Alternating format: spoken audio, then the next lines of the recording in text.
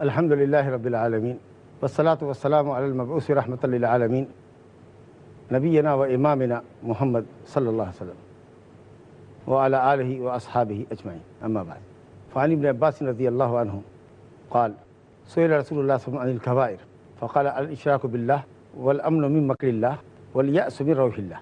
مومن کو ہر حال میں اللہ سے محبت کرتے ہوئے اس کی رحمت کا امیدوار ہونا چاہیے اور اس کی عذاب سے، اس کے عقاب سے، اس کی پکڑ سے خوف کھاتے رہنا چاہیے، اور توازن امید اور خوف میں برقرار رکھنا چاہیے۔ کسی ایک پہلو میں اگر غلو کیا جائے تو ہلاکت یقینی ہے، جیسے گمراہ فرقے ہلاک ہوئے۔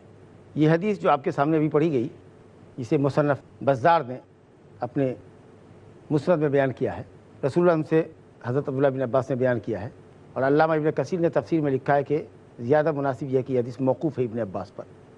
بہرحال رسول اللہ سے پوچھا گیا کبائر کے متعلق، کبیرہ گناہ، کبیرہ کی جمع ہے کبائر، اور کبائر کے متعلق پوچھا گیا یہ، اور اس کے علاوہ بھی دوسری دلیلوں سے واضح ہوتا ہے کہ گناہ دو طرح کے ہوتے ہیں، کبائر اور صغائر۔ قرآن نے بھی کہا ان تجتنبوا کبائر ما تنہون عنہ نکفر عنکم سیئاتکم، کبائر سے بچو گے تو چھوٹے چھوٹے گناہوں کو اللہ معاف کر دے گا۔ تو گناہوں کی تقسیم کبیرہ اور صغیرہ کی طرف بالکل تقسیم صحیح ہے، لیکن کبائر گناہ ہیں کتنے ہیں یہ تو بہت واضح طریقے سے نہیں کہہ سکتے۔ حضرت عبداللہ بن عباس رضی اللہ عنہ نے کہا کہ کچھ لوگ کہتے ہیں 7 کے مقابلے میں 70 کا قول زیادہ صحیح ہے، اور پھر انہوں نے کہا کچھ لوگ کہتے ہیں 70، تو کہا 70 سے زیادہ 700 کا قول زیادہ صحیح ہے۔ مطلب یہ کہنا ہے کہ یہ محصور نہیں ہے، معدود نہیں ہے، کاؤنٹڈ نہیں ہے۔ ہاں، اس کی تعریف اہل علم نے کی ہے گناہوں کو دیکھ کر کے کہ کن گناہوں کو کبیرہ کہا جائے، اس کا کیا ضابطہ ہے، کیا کرائٹیریا ہے۔ تو کہا کہ جس کے اوپر دنیا اور آخرت میں عذاب ہو، جس گناہ کے کرنے پر دنیا میں اور آخرت میں عذاب ہو، سزا ہو۔ اسلام میں کوئی سزا ہے کسی گناہ کے اوپر، سمجھو بڑا گناہ۔ اب تفصیل آپ سمجھ سکتے ہیں، چوری کرنا، زنا کرنا، بہتان لگانا، جس پر بھی اسلام نے سزا رکھی ہے، قتل کرنا، یہ سب گناہ کبیرہ ہے۔ اور سب سے بڑا گناہ شرک باللہ، اس سے بڑا تو کوئی گناہ ہی نہیں۔ اسی طریقے سے جس گناہ پر جہنم کی وعید آئی ہے، کہا گیا ایسا کرنے والے پر اللہ کی لعنت، اللہ کا غضب۔ نبی صلی اللہ علیہ وسلم نے فرمایا لیس منا، وہ ہمارا امتی نہیں ہے، وہ ہمارے طریقے پر نہیں۔ تو جس پر بھی لعنت ہو، وعید ہو، غضب ہو، اور اس سے برات کا اظہار کیا گیا ہو، جہنم کی وعید سنائی گئی ہو، دنیا میں اس پر سزا ہو اسلام میں، تو یہ تمام چیزیں کسی بھی گناہ کو گناہ کبیرہ ثابت کرنے کے لیے کافی ہیں۔ وہ گناہ کبیرہ ہے۔ پوچھا گیا کہ یا رسول اللہ کبائر گناہ کیا ہے، تو آپ نے 3 گناہ یہاں پر ذکر کیا، خاص طور سے 3 گناہ۔ کسی موقع پر آپ نے 7 گناہ ذکر کیا، کسی موقع پر اور کچھ گناہ ذکر کیا، جیسا کہ ابھی آپ نے سنا کہ سائل کی حیثیت کو دیکھ کر، ضرورت کو بھانپ کر آپ جواب دیا کرتے۔ لیکن علی الاطلاق تمام گناہوں میں سب سے بڑا گناہ الشرک باللہ، اللہ کے ساتھ شرک، اللہ کے ساتھ کسی کو شریک کرنا، چاہے اس کی ربوبیت میں ہو، یا اس کی الوہیت اور عبادت میں ہو، یا اس کے ناموں اور صفتوں میں۔ اگر کسی کو غیر اللہ کو، اللہ کے علاوہ کو اللہ کی ربوبیت میں، رب اور خالق ہونے میں شریک کرتے، بندگی کا مستحق ہونے میں شریک کرتے، یا اللہ کے ناموں اور صفتوں جیسا کسی دوسرے کا نام اور صفت سمجھتے، تو یہ بڑا شرک ہے۔ اور جو بڑے گناہ تک، بڑے شرک تک پہنچنے کا جو سبب اور ذریعہ بنتا ہے، وہ چھوٹا شرک ہوتا ہے، شرک اصغر۔ کیا یہ سب سے بڑا گناہ گویا شرک، کیونکہ یہ رب العالمین کی تنقیص، توہین، کہ آپ اللہ قادر مطلق، خلاق عالم، رزاق، مدبر کائنات کے برابری میں بالمقابل آپ ایک عاجز، کمزور، درمادہ مخلوق کو کھڑا کر رہے ہیں، تو اس سے بڑا ظلم کوئی ہو ہی نہیں سکتا۔ ان الشرک لظلم عظیم، یہ وہ گناہ ہے جس کو اللہ کبھی معاف نہیں کرے گا اگر آدمی بغیر توبہ کے مر گیا تو، کیونکہ یہ اللہ رب العالمین کو عیب لگانا ہے، بہت بڑا عیب لگانا ہے، عیب سے متصف کرنا ہے کہ اس کا کوئی ہمسر بھی ہے، اس کا کوئی بالمقابل بھی ہے، اس کے جیسا بھی کوئی ہے، اس کے علاوہ بھی کوئی ہے جو عبادت کا مستحق ہے۔ اس سے بڑا کوئی ظلم نہیں ہو سکتا، یہ ناقابل معافی جرم ہے۔ اگر گناہ کبیرہ میں شرک ہے تو شرک اکبر، اور شرک اصغر کے تعلق سے بھی امام ابن تیمیہ رحمۃ اللہ علیہ کا فتویٰ ہے کہ جب اللہ نے کہا کہ شرک کو کبھی معاف نہیں کرے گا، ان اللہ لا یغفر ان یشرک بہ، اور شرک اصغر بھی شرک ہے، تو یہ وہ گناہ نہیں ہے کہ اللہ چاہے تو چھوڑ دے اور چاہے تو پکڑے، جیسے کہ شرک کے علاوہ اور گناہوں کا معاملہ ہے نا کہ اللہ رب العالمین چاہے گا تو سزا دے گا اور چاہے گا تو معاف کر دے گا۔ شرک اکبر کو کبھی معاف نہیں کرے گا، یہ بات بھی ہر شک شبہ سے پاک ہے۔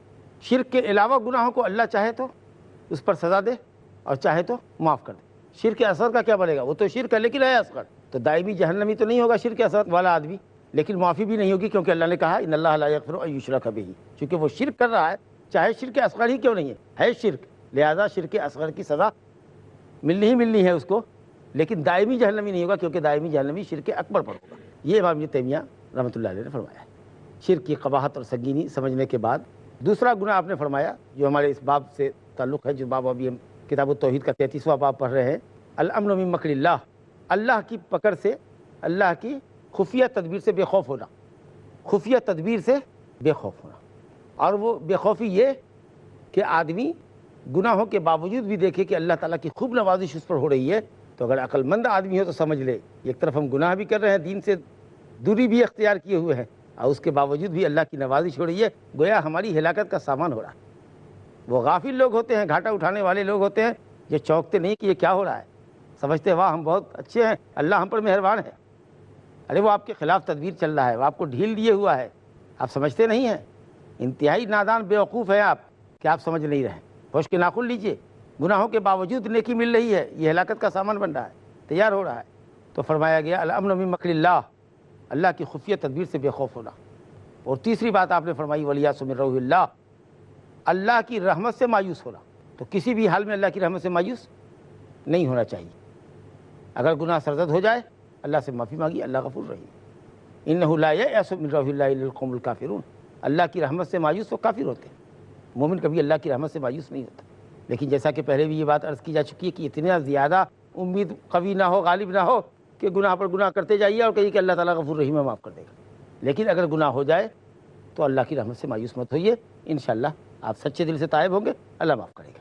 یہ تین گناہ تھے، اور بالکل یہی تین باتیں حضرت عبداللہ بن مسعود رضی اللہ عنہ کی بھی حدیث میں ہے، جو ان کا قول ہے، اور محدث عبدالرزاق نے مصنف میں ذکر کیا ہے۔ یہاں چار چیزوں کا ذکر ہے، بیسیکلی تین ہی چیزیں ہیں لیکن چار جملے ہیں، کہ سب سے بڑا گناہ شرک ہے، جس کی تفسیر آپ نے سن لی۔ دوسری چیز کا الامن من مکر اللہ، اللہ کی خفیہ تدبیر سے بے خوف ہونا، یہ بھی ہم نے پڑھا۔ اور تیسری چیز بتایا والقنوط من رحمت اللہ والیأس من روح اللہ، اللہ کی رحمت سے قنوط، انتہا درجہ مایوس ہونا، اور روح اللہ، اللہ کی رحمت سے مایوس ہونا۔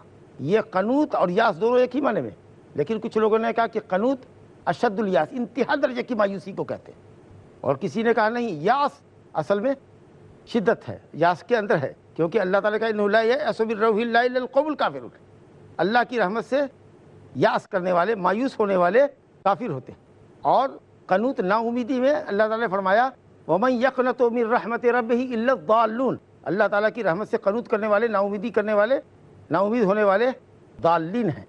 تو اس کو ضال کہا گیا قنوط والے کو، اور اللہ کی رحمت سے یاس رکھنے والے کو کافر کہا گیا۔ تو کچھ علماء نے کہا کہ یاس زیادہ سنگین ہے، اور کسی نے کہا قنوط زیادہ سنگین ہے۔ بہرحال دونوں ایک معنی میں ہے، قنوط اور یاس، نا امیدی، مایوسی، قطع امید، اللہ سے امید کاٹ لیا۔ مگر علامہ ابن عثیمین رحمۃ اللہ علیہ اپنی کتاب القول المفید علی کتاب التوحید، جو ان کی بڑی معرکۃ الآراء شرح ہے، جزاہ اللہ خیر الجزا، انہوں نے لکھا ہے کہ چونکہ لفظ تکرار کے ساتھ آیا ہے، اس لیے اگر یہ معنی کرتے ہیں القنوط من رحمت اللہ میں حصول مقصود میں نا امید ہونا، مقصد کے حصول کے سلسلے میں مایوس مت ہو، اور والیأس من روح اللہ، وہاں روح اللہ سے مراد تکلیف کے ازالے میں، اگر کوئی تکلیف ہے تو اس کے ازالے میں مایوس مت ہو، کسی رحمت کی طلب ہے تو مایوس مت ہو۔ تو القنوط من رحمت اللہ یعنی اللہ تعالیٰ سے مقصود اور مطلوب کو حاصل کرنے کے سلسلے میں نا امید رہو، اور اسی طریقے سے تکلیف کے زوال کے سلسلے میں بھی اللہ سے مایوس مت ہو۔ انشاءاللہ بیماری، تکلیف، آزاری ختم ہو جائے گی،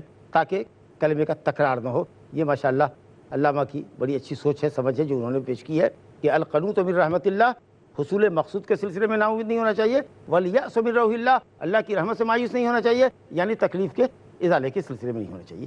ہم الحمدللہ اسی کے ساتھ 33ویں باب سے کتاب کے فارغ ہوئے، اور اب اس وقت ہمارے درس میں کتاب کا 34واں باب من الایمان باللہ، ایمان باللہ کے اہم تقاضوں میں سے ہے الصبر علی اقدار اللہ، اللہ تعالیٰ کی لکھی ہوئی تقدیر پر صبر کرنا۔ یہ تقدیر اللہ کی ربوبیت کا نتیجہ ہے، اللہ رب ہے، اس نے تقدیر لکھی ہے ہماری، اس پر صبر کرنا، یہ گویا ایمان باللہ ہے۔ اللہ تعالیٰ کو رب ماننے کے تقاضوں میں سے ایک تقاضا ہے کہ ہمارے رب نے ہمارے حق میں جو فیصلہ کیا ہے یا ہمارے خلاف جو بھی فیصلہ کیا ہے ہم کو اس پر راضی رہنا چاہیے، صبر کرنا چاہیے۔ یہ انتہائی اہم باب ہے، باب من الایمان الصبر علی اقدار اللہ۔ تو ہم کو سمجھنا ہے کہ صبر کیا ہے اور قدر کیا ہے۔ تو صبر کا معنی لغت میں آتا ہے المنع والحبس، روکنا۔ کس چیز سے روکنا؟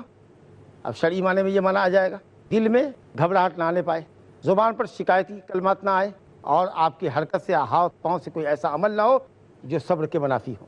اہل علم نے آیات اور احادیث کو دیکھتے ہوئے تقسیم کی ہے کہ صبر 3 چیزوں میں مطلوب ہے۔ اللہ سبحانہ و تعالیٰ کے احکام کی بجا آوری میں، نماز روزے کی ادائیگی میں، حج زکوٰۃ کی ادائیگی میں، نیکی کا کام کرنے میں، دعوت تبلیغ میں۔ آپ یہاں بیٹھے ہوئے تکلیف ہو رہی ہے، اس پر صبر کرنا اطاعت الہی ہے۔ دین کا علم سیکھنے کے لیے بیٹھے ہیں، تکلیف ہو رہی ہے، صبر کریں۔ الصبر علی طاعت اللہ، اور اس لیے تکلیف ہو رہی ہے تاکہ آزمائش ہو، بلکہ یہ کہنے دیجئے کہ اللہ تعالیٰ کی انوکھی حکمت اور اس کی لطیف رحمت کا تقاضا ہے کہ اس نے یہ فیصلہ کیا کہ وہ اپنے بندوں کو آزمائے گا۔ اوامر و نواہی کے ذریعے شریعت میں کچھ چیزوں کا حکم دیا کرو، دیکھتے ہیں کرتا کہ نہیں کرتا۔ کچھ چیزوں سے اللہ نے روکا ہے، وہ دیکھنا چاہتا ہے کہ بندہ رکتا ہے کہ نہیں رکتا ہے۔ اور کچھ فیصلے اس نے کیے ہیں جو بظاہر آدمی کے موافق نہیں ہوتے، تو وہ دیکھنا چاہتا ہے کہ اللہ کے فیصلے کو یہ قبول کرتا ہے کہ نہیں۔ جس اللہ پہ یقین رکھتا ہے کہ اس نے ہم کو پیدا کیا ہے، وہ ارحم الراحمین ہے، اسی نے ہم کو مصیبت میں مبتلا کیا ہے، تو ضرور اس میں اس کی کوئی حکمت ہوگی۔ کیا کرتا ہے یہ؟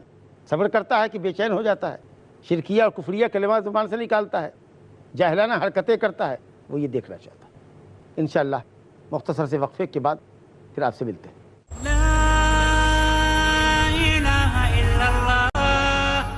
السلام علیکم ورحمۃ اللہ۔ وقفے سے قبل کتاب التوحید کا 34واں باب اور اس کا عنوان آپ کے سامنے رکھا گیا۔ 34ویں باب کا عنوان ہے باب من الایمان باللہ الصبر علی اقدار اللہ۔ ایمان باللہ کا لازمی تقاضا یہ ہے کہ آدمی اللہ رب العالمین کی تقدیروں پر صبر کرے۔ میں نے آپ سے عرض کیا کہ اس میں 2 لفظ ہیں، الصبر اور دوسرا لفظ ہے اقدار۔ ہم اس عنوان کو پہلے سمجھیں اور اس کے بعد پھر جو آیات اور حدیث مولوی رحمۃ اللہ علیہ نے ذکر کی ہیں ان کو پڑھیں گے۔ تو صبر کہتے ہیں روکنے کو لغت میں، الحبس والمنع اصطلاح میں کہتے ہیں شریعت میں دل کو گھبرانے سے روکنا۔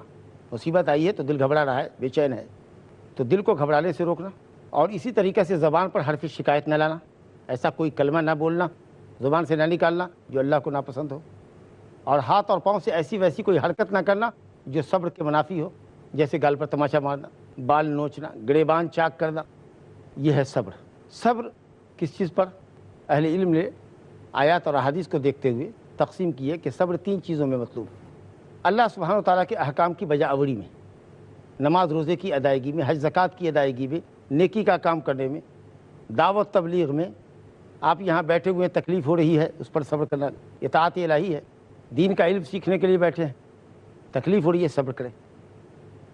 الصبر علی طاعت اللہ، اور اس لیے تکلیف ہو رہی ہے تاکہ آزمائش ہو، بلکہ یہ کہنے دیجئے کہ اللہ تعالیٰ کی انوکھی حکمت اور اس کی لطیف رحمت کا تقاضا ہے کہ اس نے یہ فیصلہ کیا کہ وہ اپنے بندوں کو آزمائے گا۔ اوامر و نواہی کے ذریعے شریعت میں کچھ چیزوں کا حکم دیا کرو، دیکھتے ہیں کرتا کہ نہیں کرتا۔ کچھ چیزوں سے اللہ نے روکا ہے، وہ دیکھنا چاہتا ہے کہ بندہ رکتا ہے کہ نہیں رکتا ہے۔ اور کچھ فیصلے اس نے کیے ہیں جو بظاہر آدمی کے موافق نہیں ہوتے، تو وہ دیکھنا چاہتا ہے کہ اللہ کے فیصلے کو یہ قبول کرتا ہے کہ نہیں۔ جس اللہ پہ یقین رکھتا ہے کہ اس نے ہم کو پیدا کیا ہے، وہ ارحم الراحمین ہے، اسی نے ہم کو مصیبت میں مبتلا کیا ہے، تو ضرور اس میں اس کی کوئی حکمت ہوگی۔ کیا کرتا ہے یہ؟ صبر کرتا ہے کہ بے چین ہو جاتا ہے، شرکیہ اور کفریہ کلمات زبان سے نکالتا ہے، جاہلانہ حرکتیں کرتا ہے، وہ یہ دیکھنا چاہتا ہے۔ تو میں آپ سے عرض یہ کر رہا تھا کہ صبر کہتے ہیں الصبر علی المأمور، عبادت کے کام کی بجا آوری میں جو تکلیف ہو۔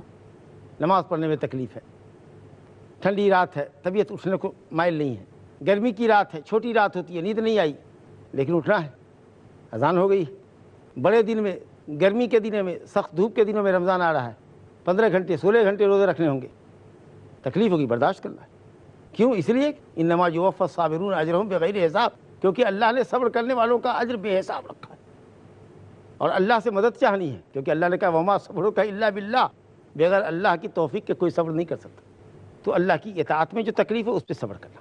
اسی طریقے سے گناہوں کے چھوڑنے پر صبر کرنا۔ گناہ بھی بڑے پر لذت ہوتے ہیں، شراب پینے سے لذت آتی ہے، زنا کاری میں لذت ہے، اس طریقے سے گناہ جو پر لذت ہے، شریعت کہتی ہے یہ باز رہو، تکلیف ہوگی مگر اس پہ صبر کرنا ہے، اللہ کے عذاب کو یاد کر کے۔ کہیں ایسا نہ ہو کہ 2 منٹ کی لذت ہماری آخرت کو خراب کر دے، تو یہ گناہوں کے چھوڑنے پر صبر کرنا ہے۔ حضرت یوسف علیہ السلام کو عزیز مصر کی بیوی اپنی طرف بدکاری کے لیے بلا رہی ہے، گھر کا دروازہ بند کر رکھا ہے اس نے۔ عزیز مصر، گورنر، بڑے عہدے کا مالک ہے، جوان ہے، خوبصورت عورت ہے، کوئی بھی نہیں ہے، حضرت یوسف آپ سوچ لیجیے، لیکن انہوں نے اس عورت کی دعوت ٹھکرا دی، جیل کی سلاخوں میں ہیں، کہہ رہے ہیں رب السجن احب الی مما یدعوننی الیہ والا تصرف عنی کیدہن اصب الیہن، لا الہ الا اللہ۔ جیل کی یہ دیواریں جہاں میں مقید ہوں یہ میرے حق میں بہتر ہے، ان عورتوں کے مکر کو، فریب کو، ان کی چال بازیوں کو ہم سے پھیر دے، اگر تو نے ہماری مدد نہیں کی تو کہیں ایسا نہ ہو کہ میں مائل ہو جاؤں اور گنہگار ہو جاؤں۔ تو گناہ آپ کو اپنی طرف کھینچتے ہیں، بے حیائی برائی آپ کو اپنی طرف مائل کرتی ہے۔ اللہ کے عذاب کو یاد کر کے اس کی جنت کی لالچ میں آپ تکلیفوں پہ صبر کریں، گناہ چھوڑ دیں۔ اور تیسری قسم ہے مقدر کے جو فیصلے ہیں، جان مال وغیرہ پر جو آفتیں آتی ہیں اس میں اللہ کی حکمت ہے، تو آپ اس پہ صبر کیجیے، یہ انتہائی ضروری ہے۔ اب اہل علم نے اس بات کی بھی بحث کی ہے کہ کون سی قسم صبر کی اچھی ہے، تو علماء نے ترتیب یہی قائم کی ہے کہ اصل یہ ہے کہ اللہ کی بندگی پر جو تکلیف ہوتی ہے اس پہ صبر کرنا، یہ 1 نمبر پر، پھر گناہ چھوڑنے پر صبر کرنا، یہ 2 نمبر پر، تیسرے نمبر پر ہے مشکلات اور مصائب پہ صبر کرنا۔ ترتیب یہی، کیونکہ عبادت میں آدمی کو پابند ہونا پڑتا ہے، امور انجام دینے پڑتے ہیں، اس کے بعد گناہ ہے، گناہ میں کچھ کرنا نہیں، چھوڑنا ہے، اور تکلیف جو اللہ کی طرف سے آئی ہے اس میں آپ کے کسی عمل، کسی ارادے کو دخل نہیں ہے، اللہ رب العالمین کی طرف سے، تو اس پہ صبر کرنا ہے۔ لیکن بعض آدمی کی زندگی میں معاملہ کچھ ایسا ہو سکتا ہے کہ کبھی گناہ کا چھوڑنا نیکی کے کرنے کے مقابلے میں بہت سخت ہو، جوان لڑکا ہے، جوان لڑکی ہے، تنہائی ہے، کوئی دوسرا دیکھنے والا نہیں، بدکاری کی دعوت وہ دے رہی ہے۔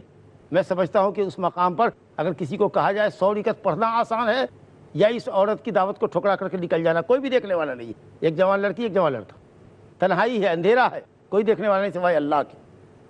میں سمجھتا ہوں کہ اس وقت گناہ سے باز رہنا، شاید آپ اس میں موافقت کریں یا نہ کریں، ہم نہیں جانتے، علامہ ابن عثیمین رحمۃ اللہ علیہ نے مثال دی ہے کہ اس وقت شاید 100 رکعت نماز پڑھ لینے کے مقابلے میں زیادہ سخت ہوگا کہ آدمی پاپ سے، گناہ سے بچ جائے۔ اور اسی طریقے سے کبھی کبھی مصیبت بڑی سنگین ہوتی ہے کسی کے لیے، مثال کے طور پر آپ کے کسی عزیز و قریب کی موت ہو گئی، چلیے مانتے ہیں ایک بیٹا آپ کے پاس تھا، اس کی موت ہو گئی، اس پہ صبر کرنے کا سوال ہے۔ آپ کہیں گے کہ 2 مہینہ میں روزہ رکھتا، 2 سال روزہ رکھتا، وہ میرے لیے آسان تھا اس بیٹے کی موت کے مقابلے میں۔ بہرحال ایسا ہو سکتا ہے، لیکن ترتیب جو علماء نے قائم کی وہ یہ کہ عبادت پہ تکلیف ہو تو صبر، گناہ چھوڑنے پہ صبر، اور مقدر کے فیصلوں پر صبر۔ بہرحال اقدار اللہ، اقدار قدر کی جمع، تقدیر جو ہوتی ہے، تقدیر لکھنے والا ہے اور وہ ہے اللہ سبحانہ تعالیٰ، اور جو چیز سامنے آتی ہے وہ بھی اقدار ہے، مقدور، مقدر جو چیز کی گئی۔ اب اس کو ایک مثال سے آپ سمجھیے، اللہ رب العالمین نے تقدیر لکھی کہ آپ آج بیمار پڑیں گے، بیمار پڑے تو آپ کو اللہ تعالیٰ کی لکھی ہوئی تقدیر کا علم ہوا، تو بیمار پڑنے کا فیصلہ کس نے کیا؟ اللہ رب العالمین، یہ اللہ کا فعل ہوا، اس فعل کے نتیجے میں آپ بیمار پڑے، یہ ہوا مقدور جو آپ کے سامنے آیا۔ تو ہر حال میں آدمی کو یہ چاہیے کہ اللہ کے فیصلے پر جو اللہ کا فعل ہے اس پر راضی رہے، صبر کرے، راضی رہے، کیونکہ یہ اللہ کا فعل ہے، اس کے فعل میں کوئی خرابی نہیں ہو سکتی۔ ہاں یہ ہو سکتا ہے کہ بیماری آپ کے لیے نقصان دہ ہو تو آپ اس پر صبر کریں۔ ایک اور چیز جو بہت اہم ہوگی وہ آپ کے سامنے لائے کہ انسان کی زندگی میں مصائب اور مشکلات آتی ہیں، ایسی صورت میں لوگوں کی 4 حالت ہوتی ہے۔ کچھ لوگ ہیں دل سے برا جانتے ہیں اللہ کے فیصلے کو، بہت بے چین ہے، بہت غصہ ہے ان کو، کیوں اللہ نے ایسا کیا، زبان سے بھی حرف شکایت، اللہ کوئی نہیں ملا آپ کو، ہم ہی ملے، ہم ہی پر یہ ظلم کرنا تھا، یہ کیا ہمارے یہاں ڈاکہ ڈال دیا، یہ کیا ڈاکہ پڑ گیا، ایک ہی بیٹا تھا اس کو لے لیا، ایسا جملہ بولتے۔ اور اسی طریقے سے حرکت، داڑھی نوچتے، چہرے پر تماچا مارتے، گریبان چاک کرتے، واہ ویلا کرتے، اس طرح کی جو حرکتیں ہیں حرام ہیں، ہو سکتا ہے کہ انسان کو کفر اور شرک کی سرحد میں بھی داخل کر دے۔ دوسرا مرحلہ یہ ہے کہ آدمی صبر کرے، دل میں تکلیف ہے لیکن زبان پر کوئی حرف شکایت نہیں لا سکتا، ایسی ویسی کوئی حرکت نہیں کر سکتا جس حرکت پر لعنت آئی، یہ واجب ہے، فرض ہے، اگر نہیں کرو گے تو گنہگار ہوگے۔ اس سے بڑھ کر کے ایک بات آتی ہے کہ اللہ تعالیٰ نے جو تقدیر میں لکھا ہے جو چیز ہم کو فٹ نہیں ہو رہی ہے، ہمارے موافق حال نہیں ہے، ہماری تکلیف کی بات، اس پر ہم راضی بھی ہوں، یہ صبر سے اوپر چیز ہے۔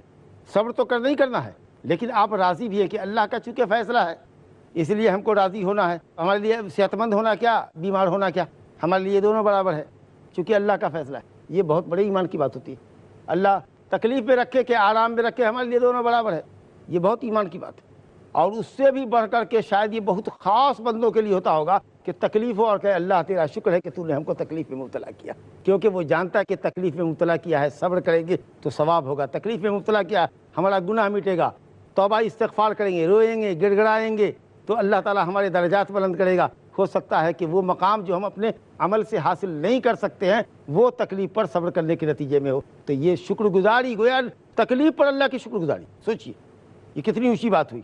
ہم سے تو صبر نہیں ہوتا، چیز آئے کہ اس تکلیف پر راضی بھی رہیں، کہ تکلیف اور آرام دونوں ہمارے لیے برابر ہے، اللہ نے دیا ہے نا، اس لیے دونوں برابر۔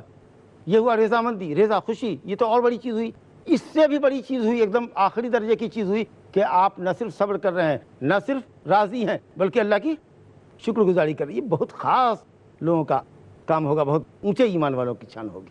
لیکن بہرحال جو چیز اصل مقصود ہے یہاں پر کہ آپ حرف شکایت نہ لائیں زبان پر، دل میں جزا فضا، گھبراہٹ، بے چینی نہ ہو، اللہ کے فیصلے کے تئیں بالکل ناراضگی نہ ہو، اور بظاہر ایسی حرکتیں نہ کریں جو حرکتیں حرام ہیں۔ یہ صبر کے تعلق سے، صبر کا معنی اللہ کی تقدیر، صبر کی قسم، اور اس سلسلے کے اندر لوگوں کے جو حالات ہوتے ہیں، معاشرے میں کئی طرح کے جو لوگ ہوتے ہیں، ان کے تعلق سے گفتگو آئی۔ اب ہم آپ کے ساتھ آیتوں کو پڑھتے ہیں۔ رب العالمین سورہ تغابن آیت نمبر 11 میں فرماتا ہے، ما اصاب من مصیبت الا باذن اللہ ومن یؤمن باللہ یہد قلبہ۔ جو بھی کچھ مصیبت تم کو پہنچتی ہے، الا باذن اللہ، وہ کدھر سے آتی ہے؟ اللہ کی طرف سے آتی ہے، اللہ کے حکم سے آتی ہے۔ ومن یؤمن باللہ یہد قلبہ، لیکن جو اللہ پر ایمان رکھتا ہے اللہ اس کے قلب کو ہدایت دیتا ہے، صبر عطا کر دیتا ہے۔ انشاءاللہ گفتگو اگلی مجلس میں جاری رہے گی۔ وباللہ تعالیٰ توفیق، وصلی اللہ علیہ نبینا محمد وآلہ وصحبہ وسلم۔ اللہ اللہ یا ربی یا اللہ، اللہ یا ربی یا اللہ۔